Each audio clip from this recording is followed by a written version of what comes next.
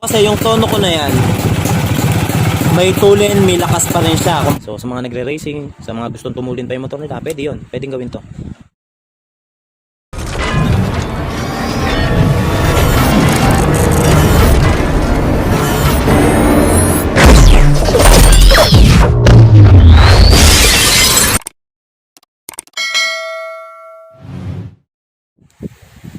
So yun, what's up mga katuti? So nagbabalik ang inyong lingkod, 2-stroke PH. So eto uli yung motor na to. Yung kailan lang natin ginawa, yung nilagyan natin ng digital speedometer at saka pinalitan natin ng clutch lining na pang-Bluetooth. So hindi niya ibinalik to dahil may diferensya yung ginawa natin. So meron siyang ibang papagawa. At saka naisip ko na din na sa mga previous videos ko, wala pa rin naman ako nagawang content tungkol dito sa piyesa ang gagawin natin. Kaya yun yung itatakal natin ngayon. So, pero hindi naman yun lang yung gagawin natin. Papaliwanag ko yung mga gagawin, pero hindi yun yung talagang content natin. Yung front shock niya, papalitan na natin ng spring na yung pinasadya nating spring. Kasi yung spring na nakalagay dyan, sabi niya mas manipes o hindi talaga para dyan. Kaya dumudok-dok daw. Eh lalo pa ito medyo naka-torn na siya, oh. Medyo nakatagos yung bareta niya. Kaya tatama yung mismong T-post na to dun sa tapalodo. So yun, papalitan natin. Tapos yung bearing niya, yung front bearing niya, parehas papalitan. Tapos yung black, papalitan ng piston ring. Tapos ika-carbon, lilinisin natin yung black. Pero hindi yun talaga yung main topic natin. So ang gagawin natin ngayon ay yung carb niya. Lilinisin natin yung carb niya. Yung mga nagtatanong kung paano nakukuha yung tamang minor. Tapos yung gusto nila yung minor na halos parang mamamatay na. So sana maipaliwanag ko at makuha nyo yung mga tips kailangan nyo malaman. Kung bago ka pa lang dito sa channel ko at mahilig ka sa mga gantong content patungkol dito sa mga 2-stroke or 2-stroke lover ka din. So sana huwag nyong kalimutan subscribe at click nyo na din ang notification bell para lagi kayo updated sa mga bagong video ang i-upload ko. Simulan na natin. So ito, ayan. Kumbaga hindi natin to minomodify, nililinis lang natin, kinakarbonan lang natin. Kasi baka akala nyo minomodify natin, nilalakihan natin yung exhaust. Hindi. Kinakarbonan lang natin siya para tapos kikinisin natin yung exhaust na yan para mas walang sagabal pag lumalabas yung mga sobrang gas at sobrang puti. So nililinis lang natin siya, hindi natin siya nilalakihan.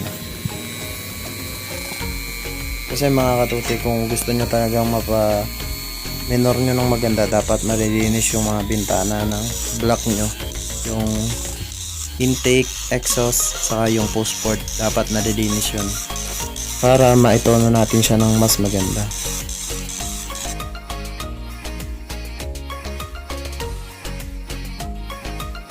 So yun mga katuti, napalitan ko na yung front bearing, yung spring, tapos nakarbonan ko na din, napalitan ko na din ng piston.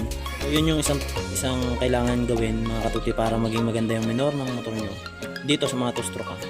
Sa 4-stroke kasi talagang kailangan lang ng proper timing para maganda minor. Pero dito sa 2-stroke kasi, kung gusto nyo talaga yung minor na, yung halos mamamatay na, so dapat malinis yung mga intake, exhaust, post port. So yun, kailangan malinis lahat yun, walang carbon.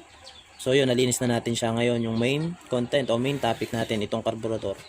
So yan na yung lilinisan natin. So stay tuned lang mga katuti para masundan nyo yung proper tuning and proper cleaning ng carburetor ng HD3. So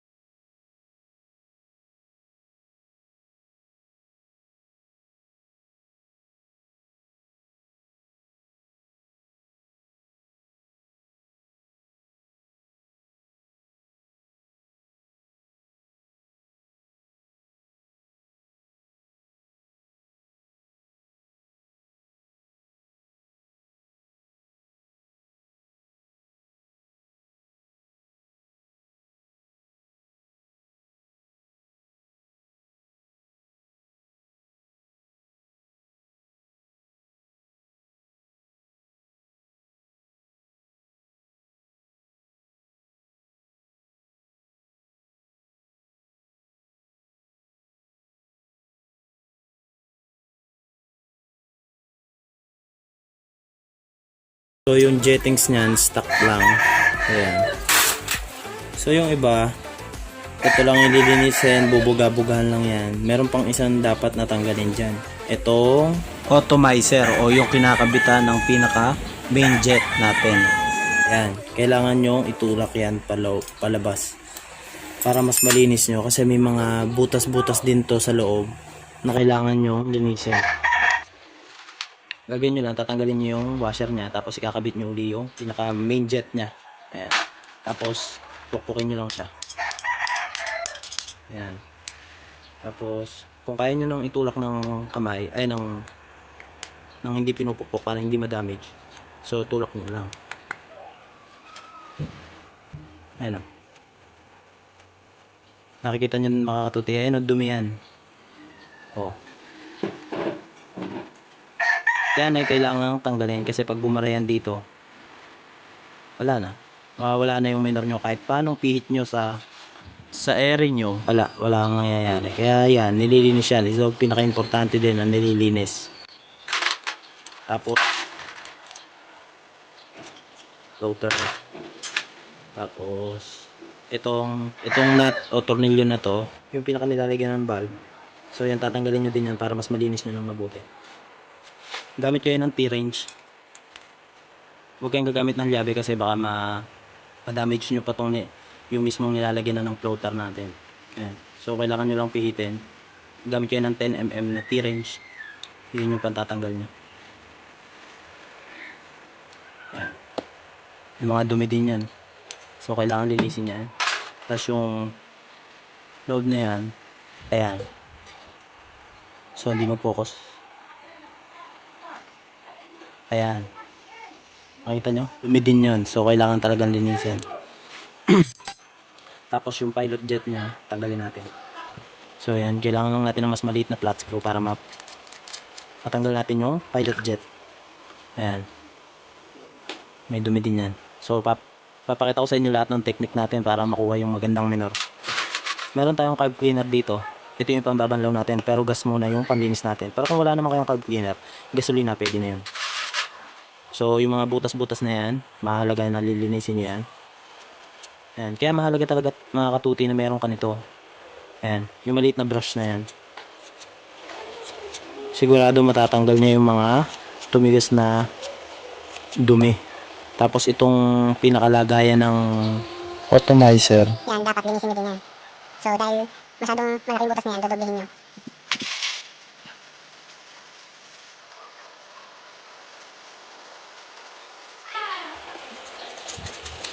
ayan. Tapos yung sa pilot jet, ayan.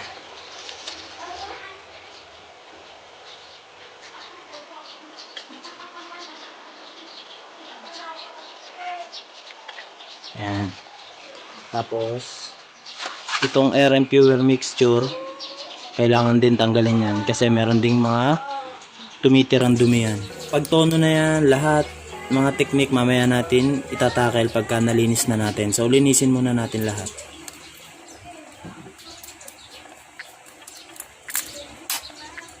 Ayan. Ano, madumi din siya. So yan, kailangan din linisin yan, pati ito.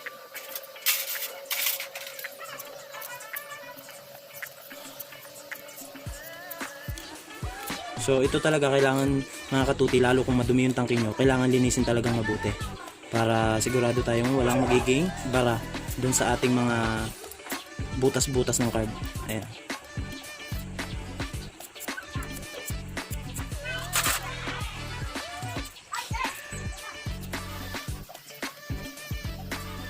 Okay. Dito may mga butas din yan. Ayan. Wait. Natin ang panturo. So ayan o. Wait, di natin mapapokus. Ayan, ito to. Ayan. May maliit na butas yan. Ito, yung butas na yan, dun yan sa may main jet. Tapos yan, importante na walang bara yan. Tapos, ayan o, ito to. Ayan, butas naman yan, dun naman yan sa choke. So yan yung magbabypass ng hangin. Mababypass na yung gitna na yan, dito na dadaan. So banlawan muna natin. Yan. So pag natapos nyo ng linisin yan, na-brush nyo na, kung may brush kayo, so kailangan nyo na siyang bombitin ng hangin. So kung wala kayo nito, kahit bomba, yung pambomba din ng gulong, yung mano-mano. So yun, pwede yun, lagyan nyo lang siya ng ballpin sa dulo para yun yung mas malakas o mas pino yung hangin na lalabas. Ayun o, tulad dito. Ganyan. Kung wala kayong compressor, pero mas maganda may compressor sana para tanggal talaga. Nakita nyo yun? So ito.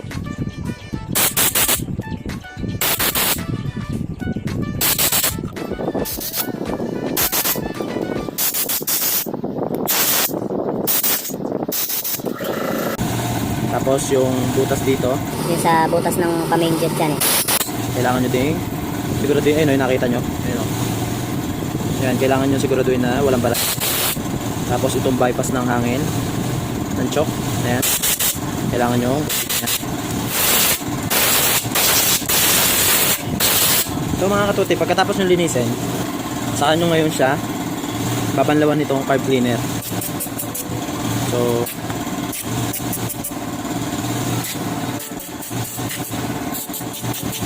ayan. Mga butas. Ayan, siguradong walang dumi yan pagka nagasto nyo. Ito, ginawa talaga pang carb to. So, tanggal talaga yung mga matigas na particles ng dumi.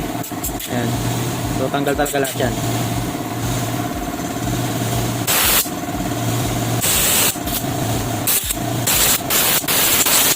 Ayan. Pag sigurado na kayo na malinis na yung inyong carb, ito. So, doon naman kayo sa mga piyesa. So, doon sa mga main jet, pilot jet, floater.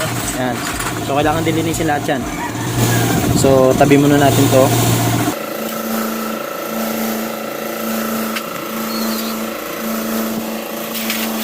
So, puro panload na tayo. Tapos bombet ang hangin. Mas importante talaga mga katuti yung mismo itong carb nyo na yan, matanggal yung mga madudumi o mga tumigas na dumi dyan sa mga butas-butas na yan. Alam nyo ba mga katuti, mas gusto ko pang gamitin yung original. Mas gusto ko pang linisin o gamitin yung mga original na carb kaysa dun sa mga replacement na nabibili ngayon. Tama yung cleaning nyo, yung ibang ang ginagawa dyan, pinapakuluan siya. So tama din yun, gawa ng yung mga, lalo pag na-stock yung mga ganong carb, halos yung mga butas na yan barado na dahil dun sa mga napanis na gas na yan. So ito, yung iba nga nila pinapakuluan pa yan para mas matanggal yung dumi.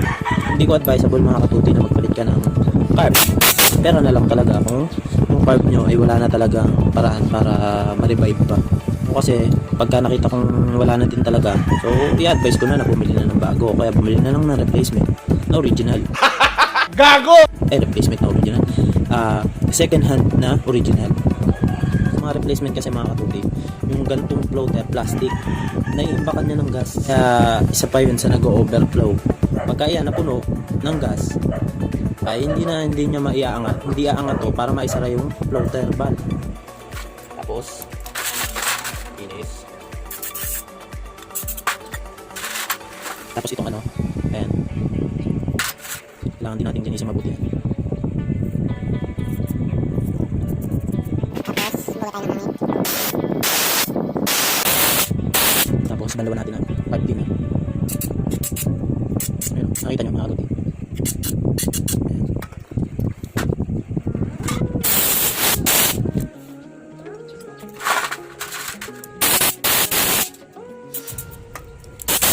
So ngayon mga katuti, ayan, nalinis na natin lahat. So ngayon sa pag-assemble naman, ituturo ko na din sa inyo yung tips kung paano yung maging maganda yung minor, tapos maging maganda yung acceleration niya, yung may hatak, may lakas. Ito namang mga gantong bagay mga katuti sa akin, para sa akin, hindi ko kailangan ipagdamot o itago sa inyo. Basta ito, i-share ko sa inyo, hindi ko kailangan ipagdamot. Unang tips mga katuti, para mapaganda nyo yung tunog, yung lagapak o yung minor ng inyong motor, una, dapat hindi loss compression yung block nyo or hindi riborin, kumbaga konti na lang riborin na. Hindi dapat ganon. Kumbaga kung gusto nyo talagang maging maganda yung minor, yung takbo, so dapat maganda yung presyon ng inyong block. So yan. Tapos pangalawa, dapat malinis yung mga exhaust intake, tapos yung mga push port na, so dapat walang carbon yun. Na-carbon nyo na dapat, malinis nyo sa. Tapos pangalawa, yung inyong pipe, dapat na-carbon nyo na din yan, yung elbow. So yan, dahil yung iba nagtatanong nga, paano daw palulutungin, paano pagagandahin. Kung makikita nyo, pingkog-pingkog yung tambucho niyan, pero malinis at malutong yung tubo niyan. So dahil malinis siya, kahit may pingkog, kahit may damage yung labas niyan, pero malinis yung loob niyan. So mamaya maririnig nyo yung sound check pagka natapos na natin linisin itong part na to. So yun yung mga tips mga katuti. Dapat hindi loss compression, na-carbon na yung mga kailangan i-carbon. Tapos dito naman sa part, nakikita nyo to, kaya yung mga butas na yan, ito ay medyo nilulunod. Medyo lang kumbaga parang malinis nyo lang. Hindi mo siya nilalakayan mo siya. Ayan. Lalakayan mo lang siya ng konting-konti lang. Matanggal nyo lang yung mga tumigas na bagay dito sa loob ng butas na yan. Isa yun, dapat malinis na malinis siya. Tapos pangalawa, yung kanyang pilot jet. Kaya kailangan mga katuti, meron ka talaga dito eh. Para kung gusto nyo talaga yung maging maganda yung tunog nyo. Ayun, chat me ano sa akin, may nag DM sa akin. Sabi niya, nag-carb siya ng 28. So nag-big carb siya. Tapos wala daw hila, walang lakas. So ganito kasi yun mga katuti. Yung paglalaki nyo ng carb, dapat iakma nyo din yung laki ng piston o ng rebore nyo sa block. Halimbawa, nag big carb ka pero ang block mo pala ay stock. So ano mangyayari nun? Ma-overgas lang siya mga katuti. So hindi niya kakayanin na sunugin lahat ng ipapasok ng malaking karburador. So yun, dapat kung magbi-big carb kayo, dapat yung block nyo o yung rebore ng block nyo ay akma dun sa ilalagay nyo big carb. May iba-ibang size naman din ng carb, may 24, may 28, may 30 mm na carb. So paano ba nalalaman kung gaano kalaki o paano nalalaman yung laki ng carb? Saan ba masusukat yun? Good na to.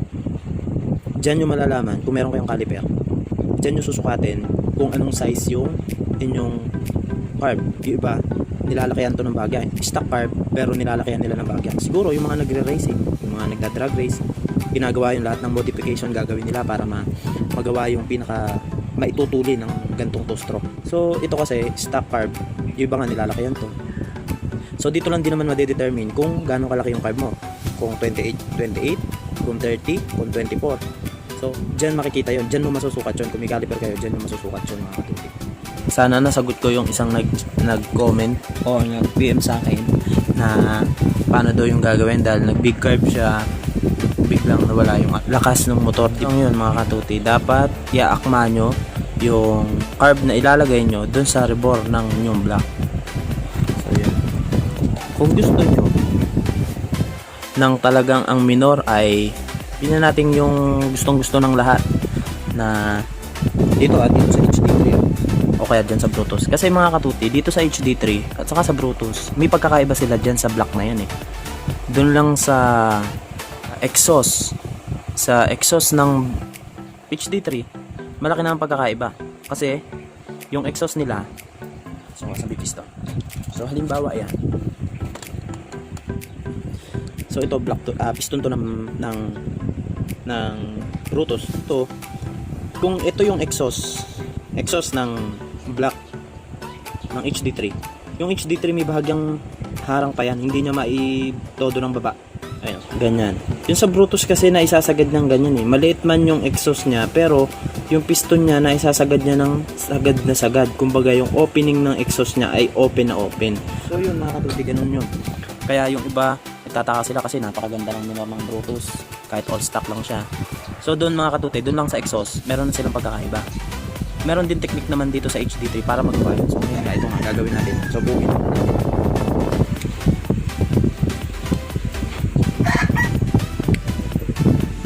Dito na tayo sa motor. So ako mga katuti, pag nagtotono, so ito mga katuti, depende din sa rebore ng block nyo depende sa rebore ng block nyo kung ano yung magiging pihit o timpla nitong ere nyo. Kaya nga yung iba ang ginagawang pagtotono, hindi binabase sa ikot. Base nila doon sa andar ng makina. Papakiramdaman nila yung andar ng makina, tapos kung alin yung pinaka magandang andar ng makina nila, yun yung tono nila, wala sa pihit-pihit. So, ako naman, depende sa inyo mga katuti kung saan kayo komportable. Ako naman kasi, ang starting na gagawin kong ere, so isasagad ko muna siya. Ayan. Pag sagad na yung ikot niya, iikot ko siya ng half 1, tapos 1.25. So ulitin natin mga kaputi. So isagad natin ang pihit pag paloob. So 1.25 turn. So 1.25 turn yung ginagawa ko. Yun dyan kung ngayon ibabase kung luluwagan ko pa ba siya, kung gagawin ko pa siyang lean o gagawin ko pa siyang reach. So depende sa magiging andar ng makina. So mga katuti, yung gusto nyo o gusto ng karamihan na maging ang minor ay maganda, yung kumbaga yung halos parang mamamatay na. So ang tono nun mga katuti ay reach. Hindi nyo siya talaga mapapa rusty brown o yung sinasabi na optimal na sunog na ng spark plug nyo. Hindi nyo siya makukuha kung ang gusto nyong minor ay yung lumalagapak at yung parang mamamatay na ng minor. So ano ang disadvantage nun mga katuti? Oo, tama, gaganda ang minor, gaganda ang... So makukuha nyo naman yung magandang minor eh, kaya lang yung standard na minor, hindi yung sobrang parang mamamatay na pero nagmi-minor pa rin siya. So pero kung yung standard na minor, makukuha nyo yung optimal na sunog ng spark plug. Pero kung ang gusto nyo minor ay yung parang mamamatay na minor, so kailangan nyo talaga siyang i-reach yung mixture nyo mga kaputi. Andyan na kailangan nyo yung black, dapat malinis yan, tapos hindi loss compression. Tapos gagawin niya itong area na to, gagawin nyo siyang reach. So ako naman, yung may-ari din kasi nito gusto niya yung ganun. So ang turn na ginagawa ko talaga, ayan, ang turn talaga na ginagawa ko para hindi naman sirain yung spark plug, hindi basang-basa masyado. Yun kasi yung magiging disadvantage niyan mga katuti eh. Magsisira ka o magpupunti ka dun sa spark plug nyo pagka sobrang reach yung spark plug nyo. So dapat, so ang ginagawa ko, medyo lalagyan ko siya ng konting hangin. So yun nga yun, dun na pumapasok yung 1.25 turn. So ayan, 1.25. So yun. So dyan naman sa turn na yan mga katuti, nagme-minor siya ng maganda. Yun nga lang, hindi mo siya optimal na sunog dun sa spark plug. So kung gusto nyo naman talaga yon, lalo kung heavy duty naman yung spark plug nyo, hindi sirain, so pwede nyo gawin yun. So ito ngayon, sa dami ng sinabi ko, Gago! kabit na natin siya. So para malaman nyo yung sinasabi ko.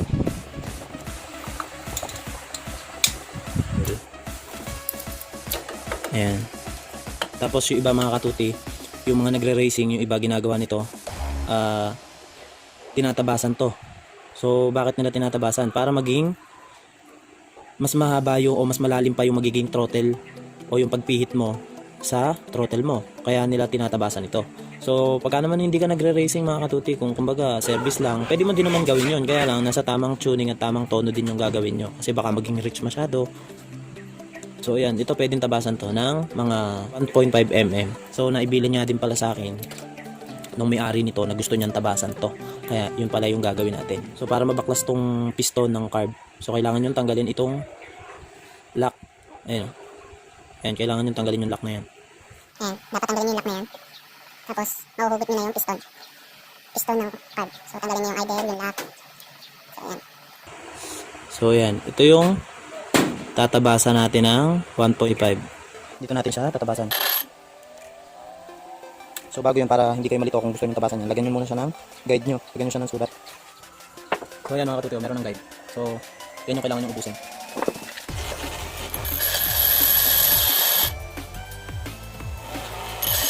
Pagka natabas nyo na siya, lihahin nyo yung gilid para hindi yan maging sagabal pagka lumulubog itong piston dun sa baba. Dapat malinis yan. Okay na itong 600 grit na liha para hindi naman masyadong magasgas na masyado yung piston na ito. So tatanggalin mo lang yung excess na tabas. So ganito mga katuti, para masukat nyo yung yung pinakasagad na pwede nyong putulin dito sa piston na to. Ang gagawin nyo, kung makikita nyo, ayun, di ba may guide siya? Ito to, ayan, may guide siya dyan, di ba? Yung guide na yan, dito yan. Pagka halimbawa kasi mga katuti, yung guide na nandito sa loob na yan, sumobra ka ng putol dito.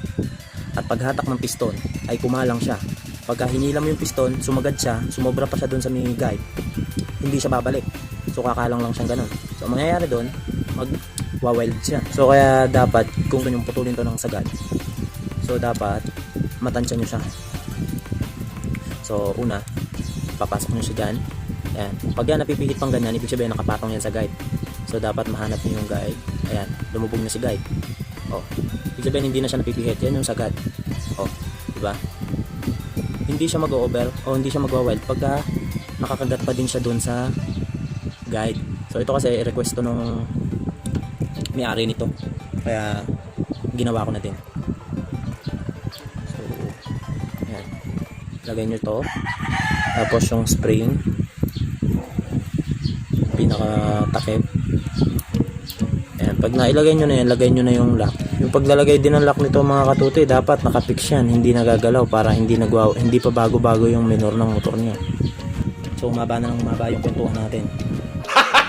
So sana mga katuti, nasubaybayan nyo yung ating pagpapaliwanag dito sa carb na ito. So doon naman sa mga ibang two-stroke na motor tulad ng mga X4, RXT. So wala pa kasi tayong wala pa tayong mga nahahawakang ganung motor, pero malay nyo soon baka meron tayong magawa o mahipo na iba-ibang unit naman ng 2-stroke. Kasi dito naman sa channel natin mga katuti, lahat naman ng klase ng 2-stroke o kahit 4-stroke, basta meron tayong halimbawa meron tayong ma-share para dito sa mga katuti natin, dito sa mga ka-rider, ay gagawin natin. Kahit sabihin natin itong channel natin ay pang 2-stroke, so gagawin pa rin natin yung magagawa natin para maituro o mai-guide yung mga beginner para sa mga basic na kailangan gawin para hindi na magpa-dahil. Meron niya ako sa mga katuti na ginawa, nagpalinis siya ng ng FI niya, yung pinaka fuel injected ng MIUI. Ilinis ko yung kanyang FI kasi yung paglilinis naman ng ganun mga katuti, kung meron kayong mga motor na ganun, so basta makalagpas na ng 12,000 yung tinakbo ng motor nyo kung galing sa kasa, pero yun, pwede nang ilinisin yung FI nun kasi lalo kung ang gamit nyong gasolina ay yung premium, kasi ito siya magdumi ng injected, ng pinaka fuel injected niya, yung kumbaga yung carburetor niya, kasi yung mga ganung fuel injected wala siyang carb pero meron siyang injector na yun yung nagbibigay ng gas dun sa block o sa makina. Sa mga 12,000 mga katuti, pwede nyo nang linisin yun. So yun yung ginawa kong video, so hindi ko pa siya na-edit, so soon sana ma-upload ko din kahit 2-stroke o mga tuti yung ginagawa natin dito. So pipilitin natin na kahit ibang motor ma-video o magawa natin ng content. So yun mga katuti, sa kanyang carb ay lagay na natin. So makikita nyo mga katuti so kung dati may konting sarap pa yan dahil dun sa tumatama, ngayon maisasagad mo siya ng sagad na sagad, opening na opening. Ayun o. Yun ay isang malaking bagay mga katuti. So sa mga nagre-racing, sa mga gustong tumulin pa yung motor nila, pwede yun, pwedeng gawin to.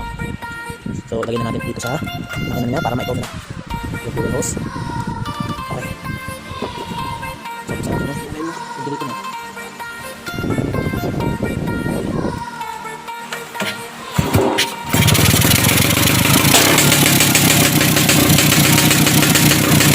Mataas yung idle niya, so kailangan iitin yung itong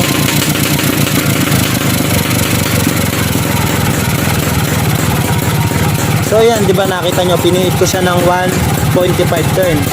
So yan, makikita nyo yung minor niya maganda na so subukan pa natin pababain yung minor niya, pakiramdaman nyo yung makina mga katuti ayan,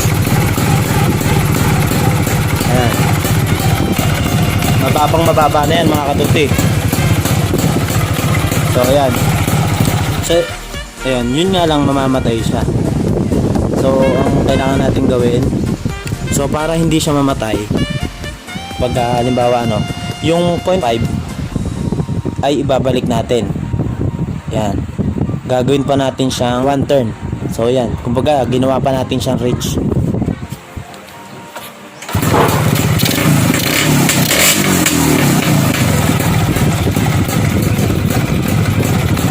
So nakakita nyo, hindi siya namamatay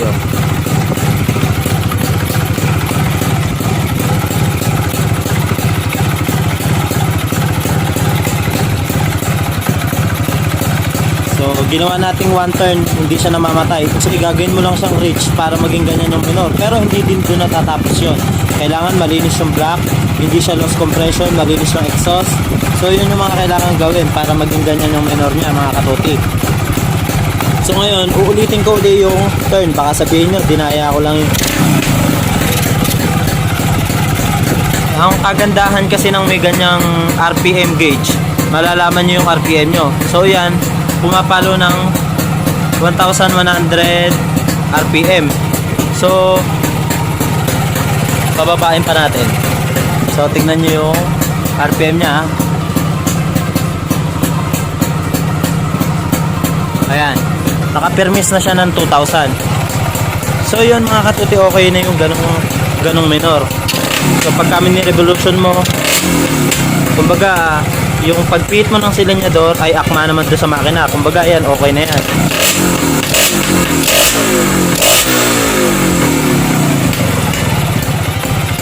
So, yun, di ba mga katuti, okay na, di ba? So, ngayon, ipapakita ko uli sa inyo yung ginawa kong ikot. Kasi baka sabihin nyo, dinaya ko lang yung tono niya. So, ang gagawin natin, ulit, tataas ko yung idle niya. Yan. Tataas ko yung idle niya mga katuti. Tapos, i-open ko muna siya. Kumbaga, ililin muna natin yung ano niya.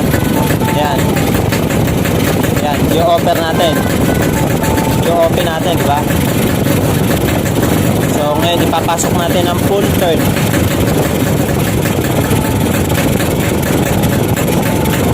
Ayan. Nakikita nyo mga katuti, di ba kanina mataas yung, itinaas natin yung idle nya. Mataas, pero ngayon dahil isinagad natin, mas nag-minor siya ng parang mamamatay-matay na siya. So, kahit walang hangin, ganun. So, ang gagawin natin, para hindi naman masyadong ma-over ng gas yung ating spark plug, luluwagan natin siya ng half 1. So 1/3. So yan mga katuti, makiramdaman nyo tumataas yung minor nya, di ba? Ayan o, tumataas yung minor nya. Ngayon ibababa nyo naman yung idle.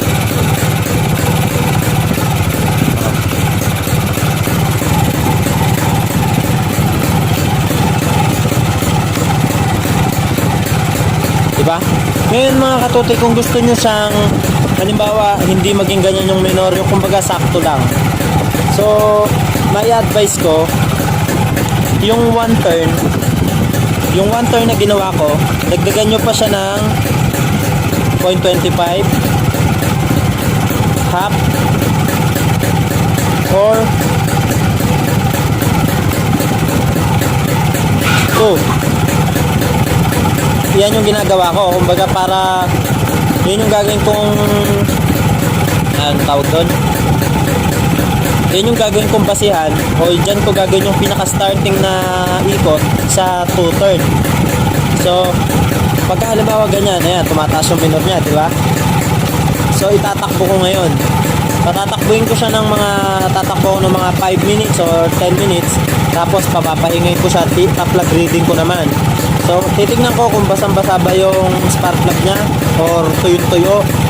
So, doon malalaman pag siya ay naging rusty brown o yung parang kalawang na yung kulay niya, yun yung perfect na sunog. Yun yung perfect na sunog ng spark plug. Ibig sabihin, yun yung maganda. Kumbaga tatagal yung spark plug nyo, hindi magsisira. Yun yung tono. Kumbaga, doon nyo lang i-declare kung luluwagan nyo pa ba siya or sisikipan nyo pa siya. Pero kung gusto nyo yung minor na yung sinasabi ko, yung parang mamamatay na mga katuti, so ibalik nyo siya sa 1.5 sa 1 turn. Ayan. Diba? 1 turn.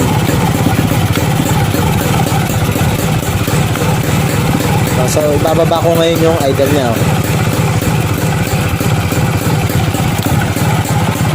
Mga katuti, mababa na ng minor nya. So ibig sabihin kasi nakatono naman, nalinis natin yung carburetor unang-una, tapos yung nakarbo natin yung block, malinis yung pipe. So yun yung mga bagay na ginawa ko dyan. Kaya maganda talaga yung pagtotono natin, hindi magiging mahirap itono. Kasi pagka mga katuti, marumi yung block mo, marumi yung pipe mo, yung halos hindi na makahinga yung block. So kailangan nun ay dapat malinis mo muna para magusto mo kumbaga yung pagtotono mo na ganyan, magawa mo. So yan mga katuti, ganun lang kadali yung pagtotono. So kasi yung tono ko na yan, may tulin, may lakas pa rin siya. Kung nga lang, pag binuksan mo yung spark plug niya, makikita mo yung spark plug niya, basa pa din. Ibig sabihin, rich siya. Kaya ako nasasabi na pagka ganyan yung gusto nyo mayor, talagang rich siya. Hindi nyo siya mapapa-optimal o kaya yung pinaka-rusty brown na sunog. So sana mga katuti, nasundan nyo yung ginawa nating paglilinis at pagtotono. Kabit muna natin yung cover niya. So ngayon ibalik na natin yung cover niya.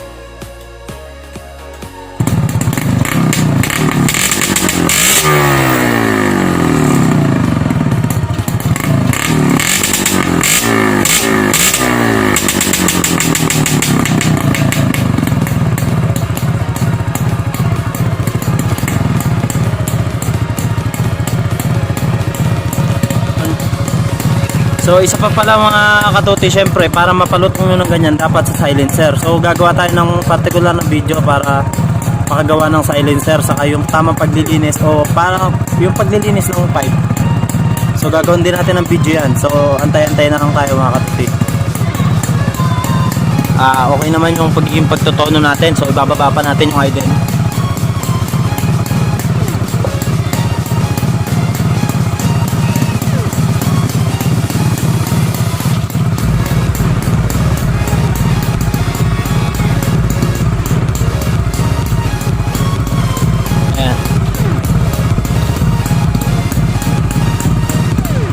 Mababa na siya mga katuti. So ngayon mga katuti, hanggang dito na lang yung video natin. So kung bago ka pa lang sa channel na to, so kung gusto mo yung mga gantong content, so huwag nyo sanang kalimutang mag-subscribe at i-click mo na din yung notification bell para lagi kayong updated sa mga susunod kong video. So mayroon din tayong Facebook page, pwede nyo akong i-PM doon. So huwag nyo natin sana kalimutang i-like and follow yung ating page. So hanggang sa susunod na video mga katuti, sana may natutunan kayo dito sa ginawa nating video. Ingat po tayong lahat at God bless.